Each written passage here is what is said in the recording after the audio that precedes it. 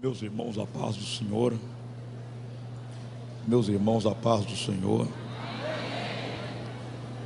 Eu quero agradecer a Deus por essa oportunidade e esse privilégio que Ele me concede de estar aqui neste trabalho para, junto dos irmãos, compartilharmos da sua palavra.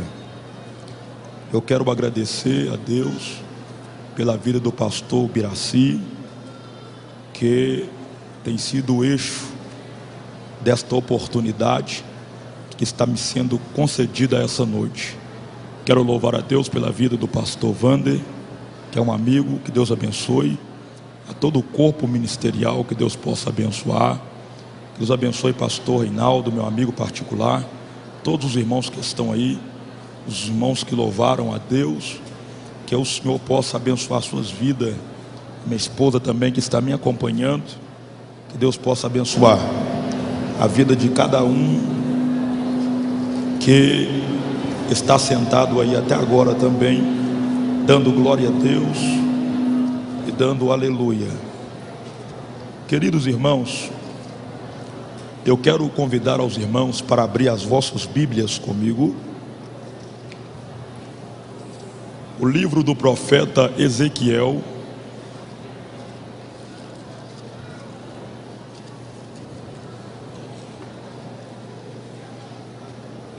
livro do profeta Ezequiel, capítulo de número 10. Eu quero pregar nesta noite uma mensagem simples, responsável e com objetivo nessa noite. Ezequiel, capítulo de número 10. Quantos encontraram? Diga amém. Amém. Diz assim a palavra do Senhor: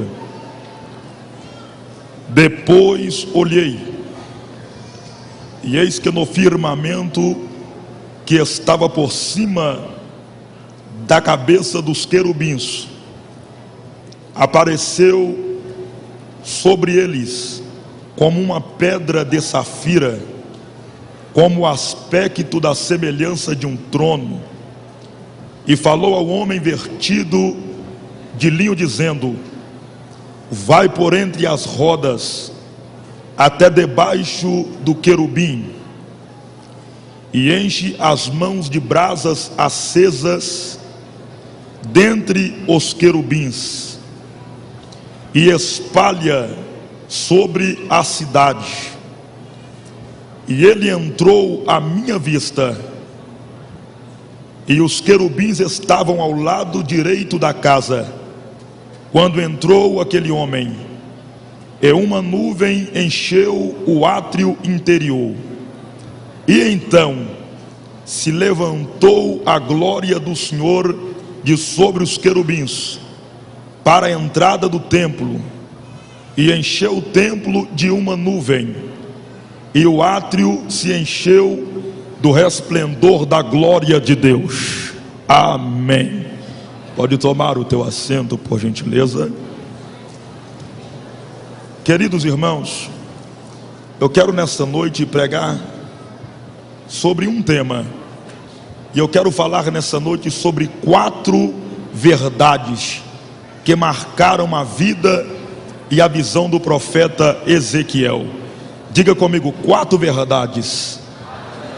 Diga mais forte: 4 verdades que marcaram a visão e a vida do profeta Ezequiel. O profeta Ezequiel, ele foi chamado para ser profeta em um período muito escuro, um período complicado para o povo de Israel, período conhecido como período de cativeiro. Neste período de cativeiro, a Bíblia nos fala que Deus permitiu que um homem se levantasse por nome de Nabucodonosor, e utilizou a vida deste homem como vara de ferro para a correção do povo de Israel, uma vez que o mesmo estavam com os seus altares, estavam com as suas vidas estavam com as suas visões totalmente afastadas da presença do Senhor.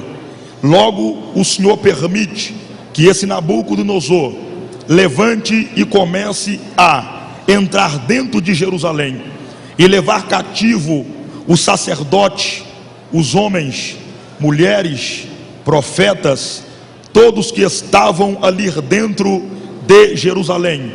Foram levados por Nabucodonosor para dentro de Babilônia. Automaticamente este processo ele se divide em três partes: a primeira leva, a segunda leva e a terceira leva. Uma vez que esse profeta Ezequiel ele foi chamado para ser profeta, ele foi tirado para de dentro de Jerusalém e ele foi levado para um lugar que de fato é conhecido na Bíblia como Rio Quebá. Observe bem que quando ele foi tirado de dentro de Babilônia, ele já estava passando por um processo de muita dor, um processo de muita decepção, porque ele contemplou com seus próprios olhos, no ano 587 a.C., a morte da sua própria esposa. Aquilo para ele foi um choque, foi um baque, foi uma decepção. Apesar do profeta Ezequiel ser filho de sacerdote por nome de Bozi, logo ele agora não vai exercer o processo ou o ministério sacerdotal, porque de fato, ainda que automaticamente dentro de Jerusalém ele estava aprendendo a arte de ser sacerdote, ele estava aprendendo como levar ao povo a adoração, como trabalhar com os utensílios da casa do Senhor. Isto foi tirado dele, uma vez que o inimigo se levanta, uma vez que Nabucodonosor predomina.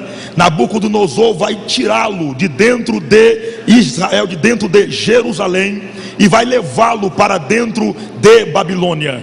Levando este homem para dentro de Babilônia, a Bíblia nos fala que ele vai ficar em um lugar, e este lugar que ele vai ficar se chama Rio Quebá. Logo, com ele no mesmo período, desceu-se Daniel, Azarias, Ananias e Misael, que começaram a profetizar do lado de dentro de Babilônia. Porém, o profeta Ezequiel, mesmo sendo de área nobre, mesmo sendo de linhagem sacerdotal, ele vai ficar em uma pequena comunidade em Nipu, logo nas proximidades do rio Quebá, e vai ser ali que ele vai iniciar o teu ministério como profeta. Então, quando ele se inicia o teu ministério como profeta, ele vai a partir daquele momento ter duplo ministério: ministério sacerdotal e ministério de profeta. Dentro daquele lugar, dentro daquela região, junto aos rios Quebá,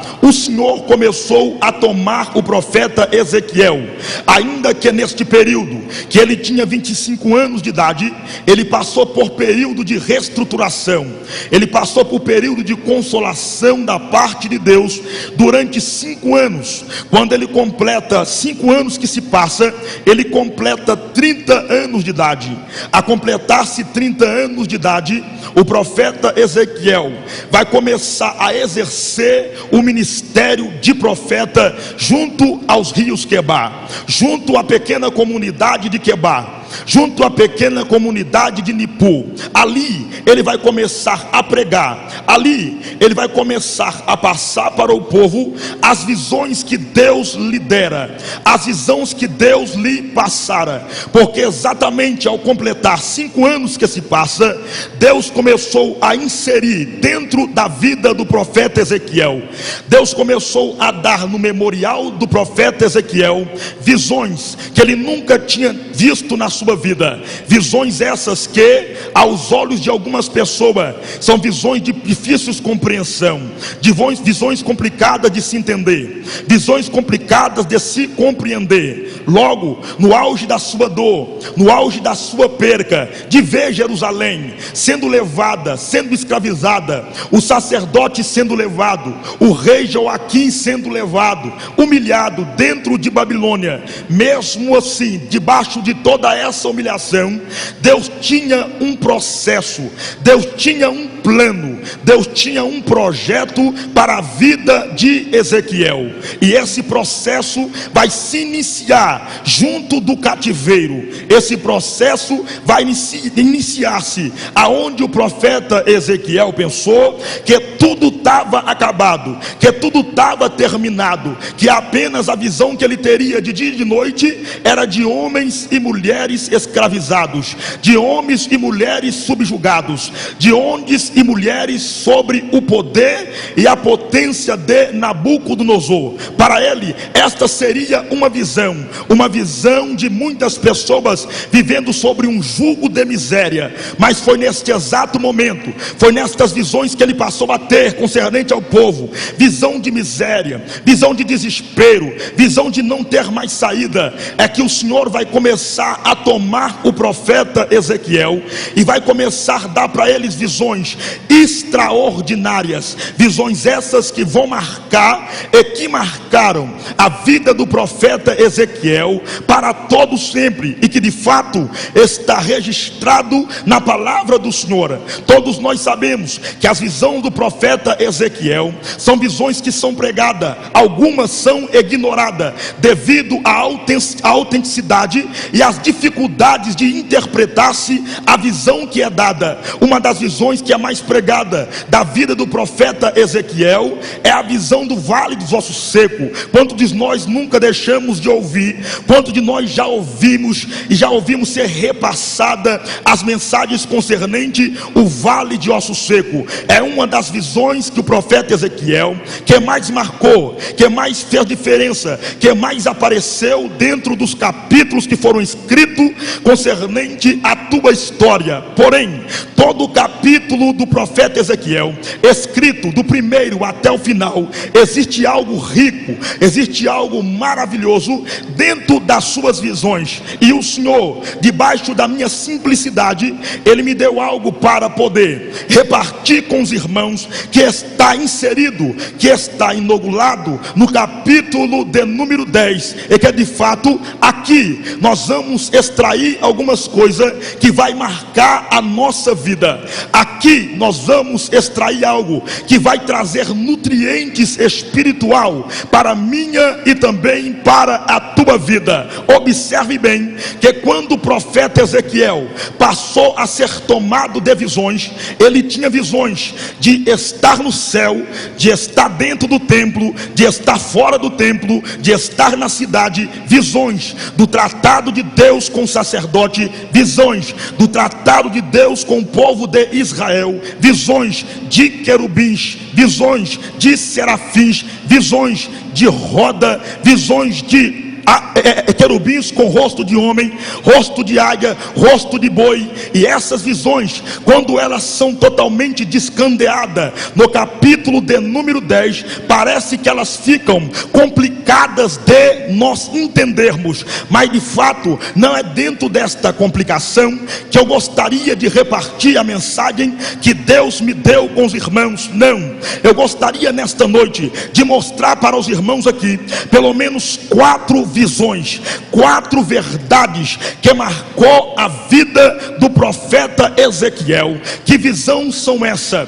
A primeira visão que marcou a vida do profeta Ezequiel, qual é ela? É a visão do firmamento. Observe bem que a palavra firmamento, ela se desfruta em vários sentidos, e o primeiro sentido que a palavra firmamento se desfruta é céu. O primeiro sentido que a palavra firmamento se desfruta é céu. Em primeiro lugar, quando o profeta Ezequiel foi tomado em espírito junto ao rio Quebar, a primeira visão que ele vai ter, ele vai contemplar o céu pelo lado de dentro. Ele vai contemplar o céu pelo lado de dentro, e quando ele contempla o céu pelo lado de dentro, ele vai começar a observar um processo que se inicia dentro do céu. A primeira coisa que ele vai reparar, que começa dentro do céu, é que ele contempla uma pedra de safira. Porém, esta pedra vai se descaracterizar, esta pedra vai vai apresentar a presença ou um símbolo de um trono. E quando ele contempla esse trono, lá deste trono sai uma ordem daquele trono. E quando a ordem começa a sair do trono, a visão do profeta Ezequiel é arrebatada. E quando a visão dele é arrebatada, ele começa a enxergar o templo de Jerusalém. Ele começa a ver o templo pelo lado de dentro. E quando ele começa a ver o templo pelo lado de dentro, ele vai observar que lá ele vai ver querubins, lá ele vai ver uma roda que gira.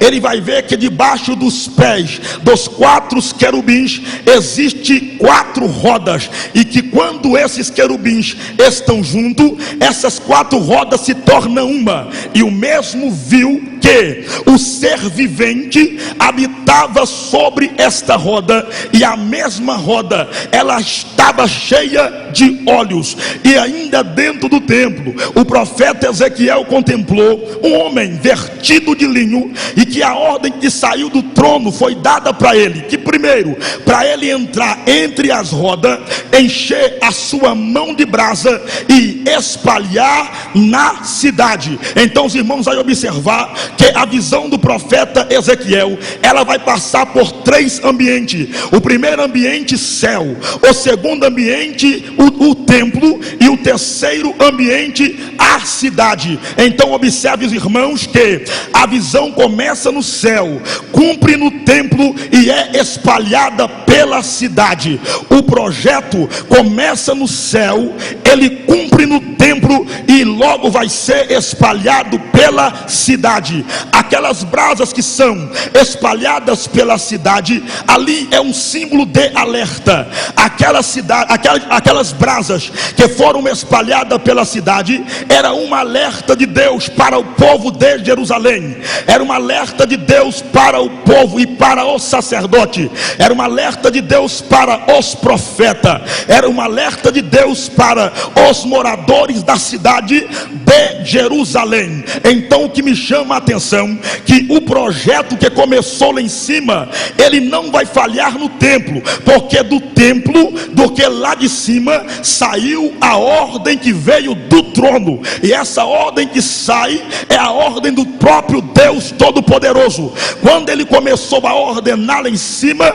houve-se um processo no templo, e do templo começou a sair as brasas que foram tiradas dentre as rodas e foi espalhada pela cidade. Então o projeto começa lá em cima, cumpre no templo e vira notícia na cidade. É algo interessante que nós aprendemos aqui, porque tudo que começa lá em cima, ele se cumpre aqui embaixo e vira notícia na cidade. Coisa linda e coisa maravilhosa o que nós aprendemos aqui. Não tem como errar, não tem como falhar, porque a ordem é daquele que é e que tem, que é rei, que é supremo e que é poderoso e que faz e que é. A ordem vai sair, é lá de cima. Então o que é que o profeta Ezequiel, ele vai ensinar para mim e para você nesta visão? Ele vai ensinar para mim e para você que seu projeto começa lá em cima, cumpre aqui embaixo e vira notícia na cidade. O que é que o profeta Ezequiel quer ensinar para mim e quer ensinar para você? É que teu ministério começa lá em cima, ganha corpo, cumpre aqui embaixo e vira notícia na cidade. O que é que o profeta quer ensinar para mim e quer ensinar para você? É que a tua cura começa lá em cima, cumpre aqui embaixo e vira notícia na cidade. O que é que o profeta Ezequiel quer ensinar para mim e para você? É que o teu casamento, ele cumpre lá em cima, ganha forma aqui embaixo e vira notícia na cidade. O que é que o profeta Ezequiel quer ensinar para mim e para você? É que a restauração do teu casamento começa lá em cima, cumpre aqui embaixo e vira notícia na cidade.